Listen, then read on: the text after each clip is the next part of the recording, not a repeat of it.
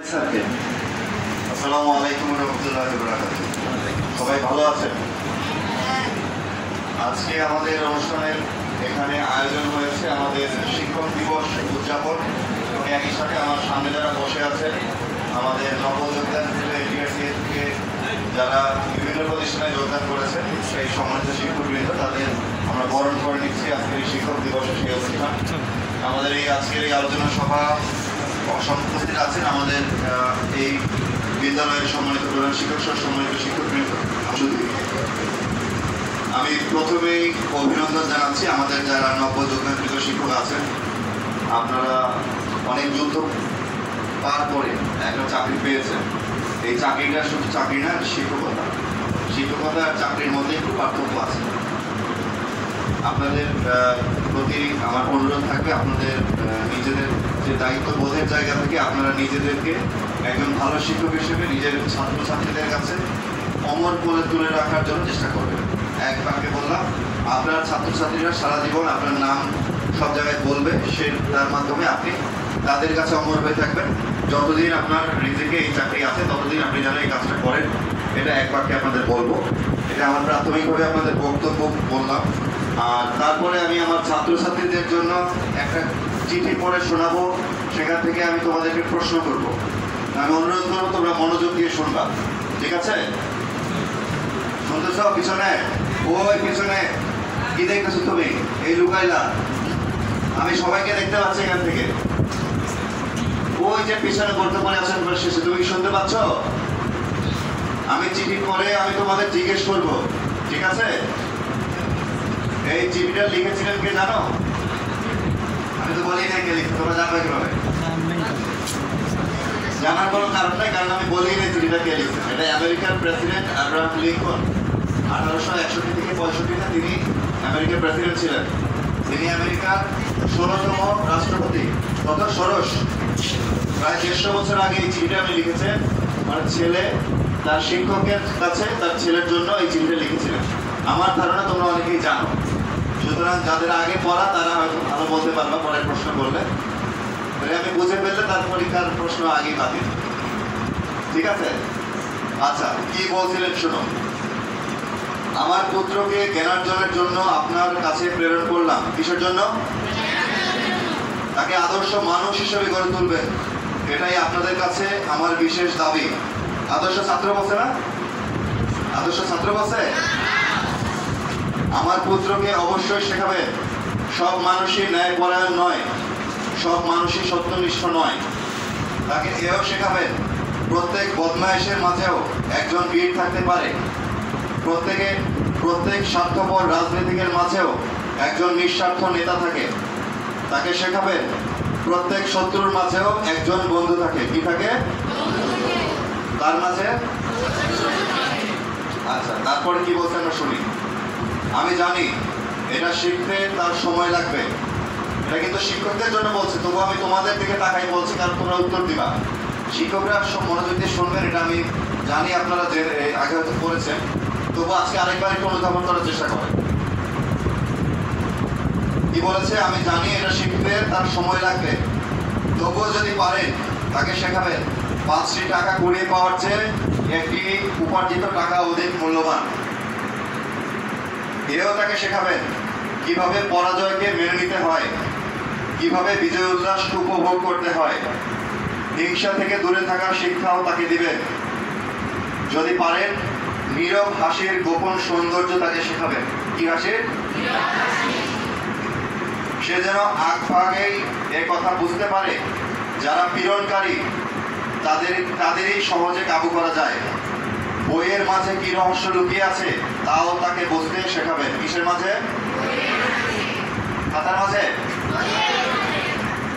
আমার পুত্রকে শেখাবেন বিদ্যালয়ে নকল করার চেয়ে অকৃতকার্য হওয়া অনেক বেশি সম্মানজনক। সত্যি? আওয়াজ কমে যাচ্ছে। গুড। নিজের উপর তার যেন সমহান আস্থা থাকে। কার উপর? এমনকি সবাই যদি সেটাকে ভুলও মনে করে তবুও নিজের উপর সমহান আস্থা থাকবে, যদি আমি সঠিক থাকি। তাকে শেখাবেন ভদ্রলোকের প্রতি ভদ্র আচরণ করতে হবে, আর কঠোরদের প্রতি কঠোর। আমার পুত্র যেন এই শক্তি পায়, হুজুগে মাতাল জনতার পদাঙ্ক অনুসরণ না করে। হুজুগে মাতাল জনতার ইংরেজি কি? মব। মব জাস্টিস শুনছো না? মব যখন 100-200 মানুষ একসাথে হয়, তারা কি করবে তারা নিজেরা বোঝে না। সেই জনতা যখন কোনো বিশৃঙ্খলা করে, সেটাকেই বলা হচ্ছে মাতাল জনতার, হুজুগে মাতাল জনতার পদাঙ্ক অনুসরণ। আমি বলি নাই, আব্রাহাম লিঙ্কন বলছেন, আমাকে গিয়ে বললে হবে না এই কথা, ঠিক আছে? হুজুগে মাতাল জনতার পদাঙ্ক অনুসরণ না করার জন্য বলছেন। সে যেন সবার কথা শোনে। সবাইকে কথা বলবে, সবার কথা শুনবে, এবং তার সত্যের, সে যেন সবার কথা শোনে এবং তার সত্যের পর্দায় শেখে, যেন ভালোটাই শুধু গ্রহণ করে। সবার কথা শুনে সব কথা গ্রহণ করা যাবে? শুধু যেটা সত্য সেটা বোঝে, সেটা গ্রহণ করতে হবে। এ শিক্ষাও তাকে দেবেন, সে যেন শেখে দুঃখের মাঝে কিভাবে হাসতে হয়, আবার কান্নার মাঝেও যে লজ্জা নেই এ কথা তাকে বুঝতে শেখাবেন। কিসের মাঝে লজ্জা নেই? কান্না শুধু মেয়েরাই করবে, ছেলেরা কাঁদবে না? কান্নার মাঝে লজ্জা আছে? যে ভালো মানুষ সে কাঁদতে জানে, হাসতে জানে। যারা নির্দয় নির্মম তাদের যেন সে ঘৃণা করতে শেখে। তাদের ঘৃণা করতে শিখতে হবে। যারা নির্দয় তাদেরকে সে যেন ঘৃণা করতে শিখে, আর অতিরিক্ত আরামায়েশ থেকে সাবধান থাকে। কি থেকে? এটা আমাদের খুব পছন্দের বিষয়। তারপরে কি বলেছে শোনো, আমার পুত্রের প্রতি সদয় আচরণ করবেন, কিন্তু সোহাগ করবেন না, কেননা আগুনে পুড়েই ইস্পাত খাঁটি হয়। আমার সন্তানের যেন অধৈর্য হওয়ার সাহস না থাকে। অধৈর্য হওয়ার কি না থাকে?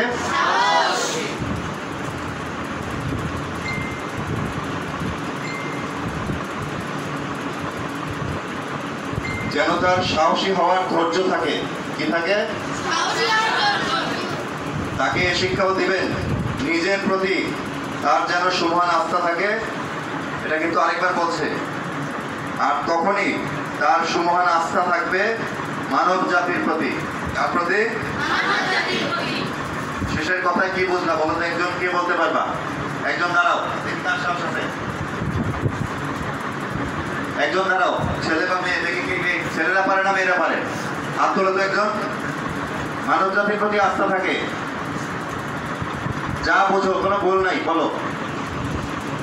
ওই যে কে দাঁড়াইছে সামনে আসো, আসো আসো, হাততালি দাও, হাততালি দাও।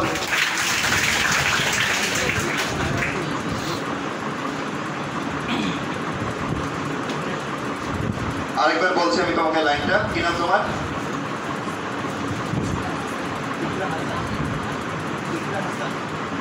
ইকরা হাসান। কোন ক্লাস? ক্লাস 8 ইকরা হাসান। মেয়েরা কিন্তু 1 পয়েন্ট পেয়ে গেছে, তোমরা 0। ছেলেরা তুলছিল? আচ্ছা ঠিক আছে, ছেলেদের নেক্সট রান দেওয়া হবে, সমস্যা নাই। আমি দেখতে পাইনি, দুঃখিত। হাত তুললে বড় করে হাত তুলতে হবে। আচ্ছা এরপরে দাঁড়ায় যাবা, যেহেতু এবার অবিচার হয়েছে। আচ্ছা, তোমার প্রতি আমার প্রশ্ন হচ্ছে, তাকে শিক্ষাও দিবেন নিজের প্রতি তার যেন সমান আস্থা থাকে, আর তখনই তার সমান আস্থা থাকবে মানব জাতির প্রতি। নিজের প্রতি আস্থা থাকলে মানব জাতির প্রতি আস্থা থাকবে। এটা তুমি কি বুঝতে পারলাম? যে 2 লাইনে বলো তো। যদি সে নিজের প্রতি আস্থা রাখতে পারে, তবে সে নিজে আত্মবিশ্বাস পাবে। নিজের প্রতি আত্মবিশ্বাস থাকলে সে অন্য মানুষকে ভরসা করতে পারে। ভরসা তখনই সে করবে যখন সে বিশ্বাস করবে নিজের প্রতি, এবং অন্যকে সে কেমন মানুষ, অন্য মানুষকে কেমন সে সম্পর্কে, মানুষ সম্পর্কে সে ভালো জ্ঞান অর্জন করবে তখন। ঠিক আছে, ইকরা হাসানের জন্য হাততালি।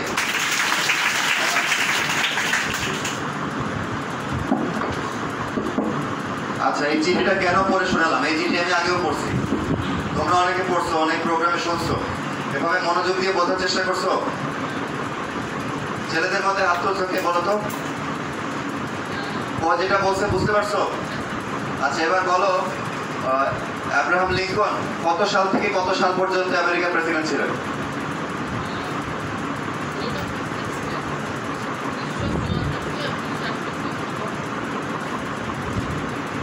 আচ্ছা ঠিক আছে, তুমি বসো। তারপর একজন হাত তুলছো, দাঁড়াও, ওর জন্য একটা হাততালি দেই। কি নাম তোমার? ধ্রুব কুণ্ডু। ধ্রুব কুণ্ডুর জন্য সবাই হাততালি দিয়েছে, এক এক সমান। ঠিক আছে, এখন আমি যেটা বলছিলাম, বসো। নিজের প্রতি আস্থা থাকলে কাদের উপর আস্থা আসবে? মানব জাতির প্রতি।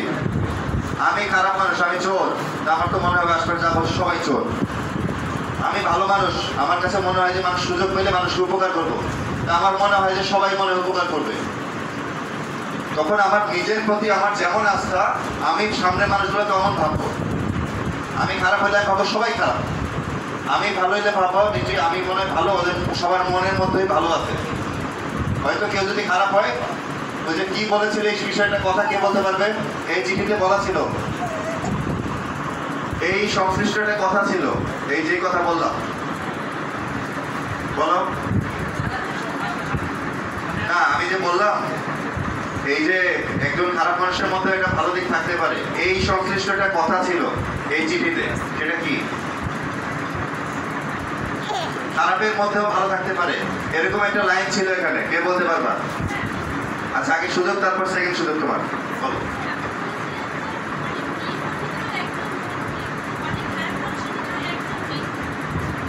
কাপুরুষের মধ্যে একজন বীর থাকে। ওকে ওকে, ভেরি গুড। তুমি বলো তো। আচ্ছা, এটার শব্দটা ট্রান্সলেশন করা হয়েছে বলে বদমাইশ শব্দটা উল্লেখ করা হয়েছে। অনেক খারাপের মধ্যেও কিন্তু মানে দুর্বলের মধ্যেও বীর থাকতে পারে। যে খারাপ মানসিকতা, তার মধ্যেও একজন বীর থাকতে পারে, যে একটা প্রয়োজনের সময় নেতৃত্ব দিয়ে একটা ভালো কাজ করতে পারে।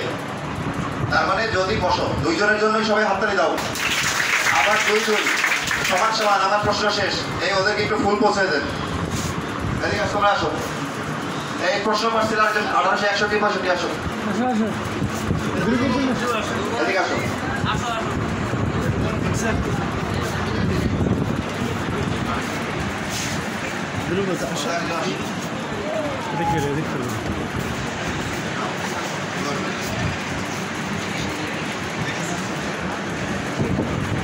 আচ্ছা, আমি যেটা বলছিলাম, তোমাদের এখন চিঠিটা কি কিছুটা বুঝতে পেরেছ?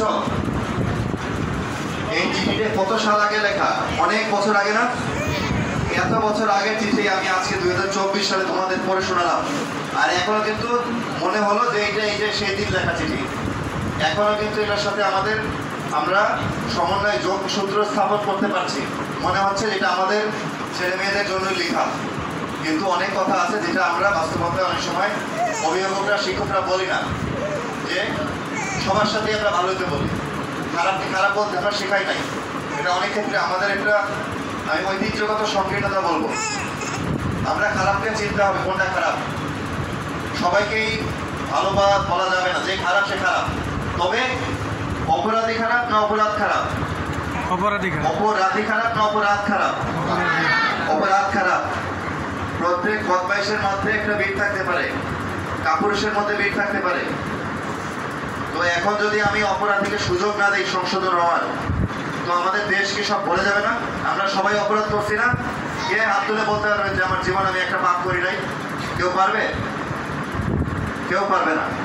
আমরা প্রত্যেকে অপরাধ করি, যে যেই ধর্মের সে সেই ধর্মের নিয়ম অনুযায়ী আমরা সেই অপরাধের জন্য আমাদের সৃষ্টিকর্তার কাছে ক্ষমা প্রার্থনা করি না? যারা করি না তাদের আমাদের করা উচিত। এখন এই অপরাধের মধ্যে একটা বড় অপরাধ আছে, সেই অপরাধটা কি বলতো? আজকের দিবস সংশ্লিষ্ট না? মিথ্যা কথা বললে শিক্ষক দিবসের সাথে সম্পর্ক এত এত কঠিন শব্দ দিয়ে লাভ নেই। অমর্যাদা, মর্যাদা। তোমার শিক্ষক তোমার বাবা মায়ের মতো, সেটা শুধু বলার সময় না, কাজের সময়। বসো। আমি আজকে বলেছিলাম যে শিক্ষক দিবস নিয়ে আমি একটা শপথ পাঠ করাতে চাই। সেই শপথের কথাগুলো আসবে আমার ছাত্রছাত্রীদের কাছ থেকে। এটা আমি শেয়ার করেছিলাম, আমার সময়ের স্বল্পতার কারণে ওভাবে পারা যায় নাই। তবু আমি তোমাদের কিছু কথা বলবো, এটা তোমরা মনে ঢুকায় রাখবা। শিক্ষক তোমার বাবার মতো, মায়ের মতো। তুমি যদি তোমার শিক্ষককে সম্মান না দাও তাহলে তুমি জীবনে সম্মান পাবা না, এটা গ্যারান্টি। বুঝতে পারছো? তুমি যদি তোমার শিক্ষককে সম্মান না দাও তাহলে তুমি সম্মান পাবা না। ধরে নিলাম তোমার শিক্ষক খুব খারাপ লোক, তুমি ওই সময়টা পার করে যাও। তোমাকে বিদ্রোহ করতে শিক্ষকের বিরুদ্ধে বলা হয়নি তো, যে তোমাকে একদিন একটা শব্দ পড়িয়েছে তিনি তোমার শিক্ষক, সেই শিক্ষককে তুমি অসম্মান করেছো, তুমি জীবনে কখনো সম্মানিত হবে না, অথবা সেই সম্মান কখনো স্থায়ী হবে না। বুঝেছো যে আমার এই শিক্ষকটা খারাপ, আমি তার সাথে দুর্ব্যবহার করলাম। এখন তো অনেকে হাত তুলে ফেসবুকে বলে যে আমি আমার অমুক স্যারকে মার মেরেছি, খুব গর্ব। ওই ছেলে কোনোদিন ভালো মানুষ হবে, ভালো বাবা হবে, ভালো শিক্ষক তো হবেই না। ওই ছেলের সন্তানের কাছে ওই ছেলে অপমানিত হবে। এটা আমার বিচার দেওয়ার, রায় দেওয়ার কিছু নাই, এটা প্রকৃতির নিয়ম। তোমরা কখনোই এমন কিছু করবে না যেটা তোমার শিক্ষকের অসম্মান ডেকে আনে। তোমার শিক্ষক যত খারাপ হোক, তোমার শিক্ষকের বিরুদ্ধে বলার জন্য তোমার বাবা মাকে বলবা।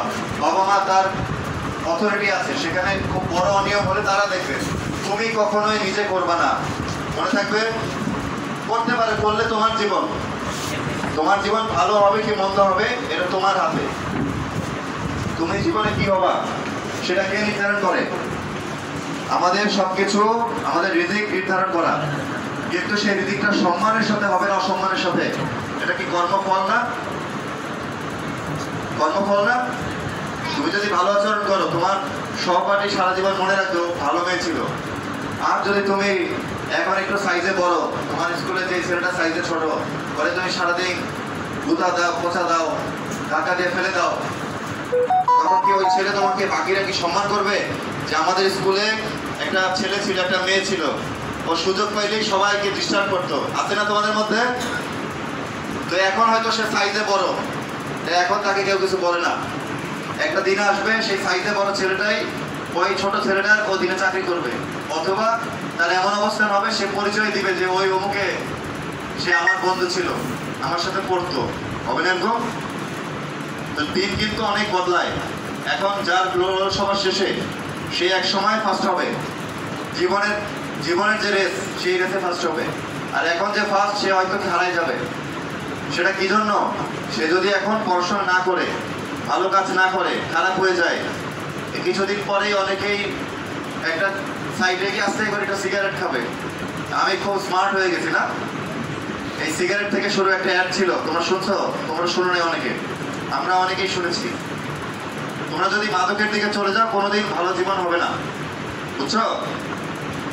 সব কিছু একেবারে বেসিক। তুমি বড়দের সম্মান করবা, ছোটদের স্নেহ করবা, সারা জীবন শুনছো না এই কথা, কিন্তু মনে মনে এটা করার সময় অনেক ক্ষেত্রে আমরা করি না।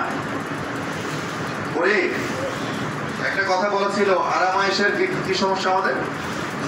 আমরা আরামায়েশ খুব ভালোবাসি, আমিও বাসি, যখন সুযোগ পাই আরামায়েশ করি, কিন্তু যখন আমার দায়িত্ব তখন আরামায়েশটা কম করতে হবে।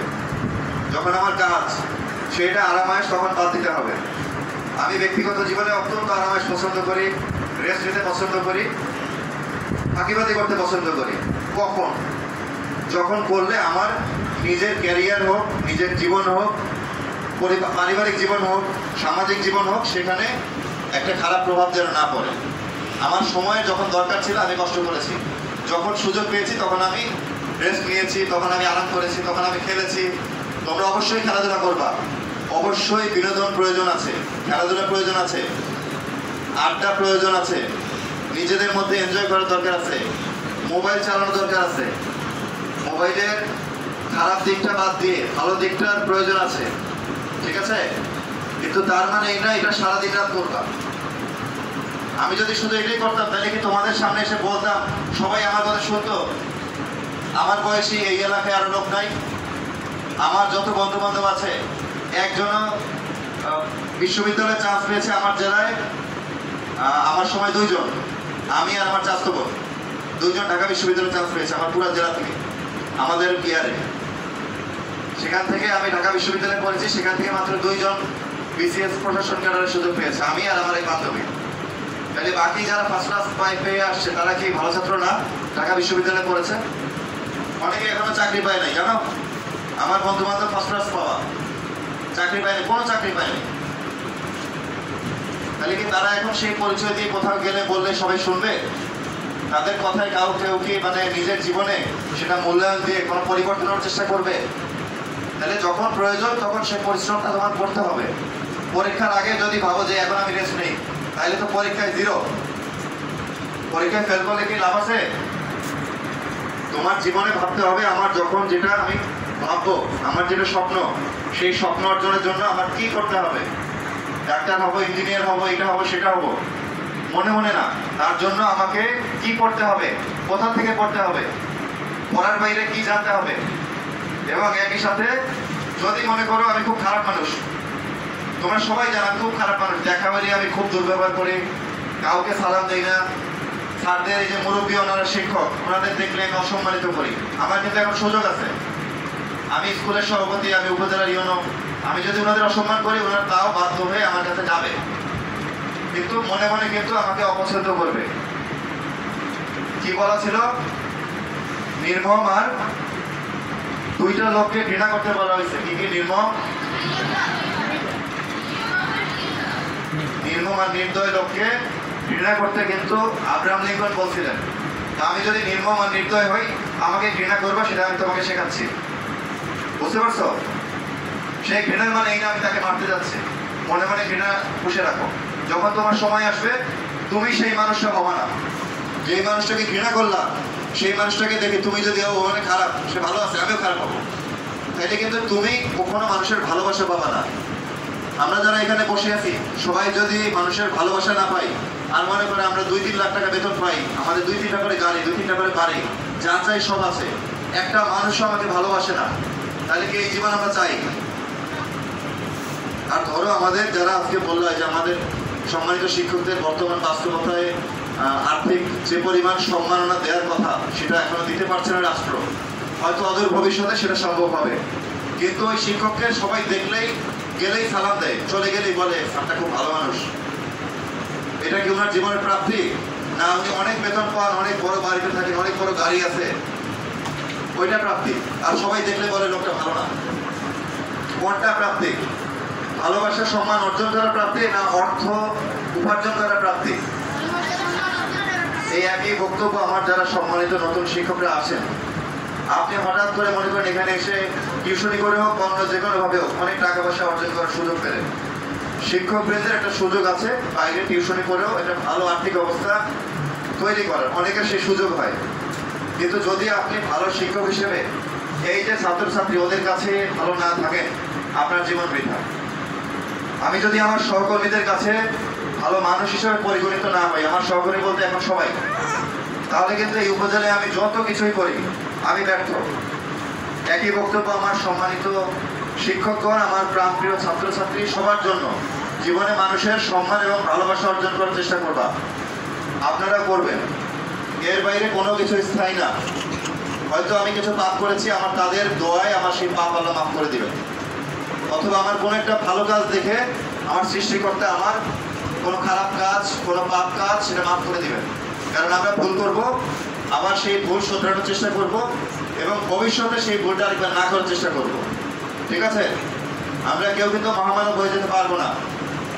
আজকের এই শিক্ষক দিবসে আমার অনুরোধ থাকবে, আমার যারা সম্মানিত শিক্ষকবৃন্দ আছে, প্রাণপ্রিয় ছাত্রছাত্রীরা আছো, সবাই যেন আমরা একটু মানুষের কাছে সম্মান অর্জন করার চেষ্টা করি, একটু ভালো কাজ করার চেষ্টা করি, একটু ভালো ব্যবহার করার চেষ্টা করি, ভালো মানুষ হওয়ার চেষ্টা করি। ভালো ছাত্র হওয়ার কোনো দরকার নাই, অনেক ভালো ছাত্র এখন দেশ থেকে পালা গেছে। আমরা সেরকম ভালো ছাত্র চাই না, ভালো মানুষ চাই। সে যেই যা অবস্থায় থাকুক সে যেন সর্বাবস্থায় মানুষের সম্মান অর্জন করে। ঠিক আছে? তোমরা সেই মানুষ হও, আপনারা সেই মানুষ হন, আমরা সেই মানুষ হই। সেটাই হোক আজকের আমাদের এই দিবসে কচুয়া উপজেলার প্রতিপাদ্য। এটা আমার সকলের প্রতি অনুরোধ এবং শুভকামনা। আর নবযোগদানকৃত শিক্ষকদের প্রতি অভিনন্দন জানিয়ে তোমাদের সুন্দর আগামীর জন্য দোয়া করে আজকের এই আলোচনা অনুষ্ঠানের এখানে সমাপ্তি ঘোষণা করছি। পর্যায়ে আমরা আমাদের সম্মানিত নবযোগদানকৃত শিক্ষকদের ফুল দিয়ে বরণ করবো। আমরা সবাইকে একজন করে এসে ফুল নেওয়ার জন্য অনুরোধ করছি। সবাইকে ধন্যবাদ। আসসালামু আলাইকুম।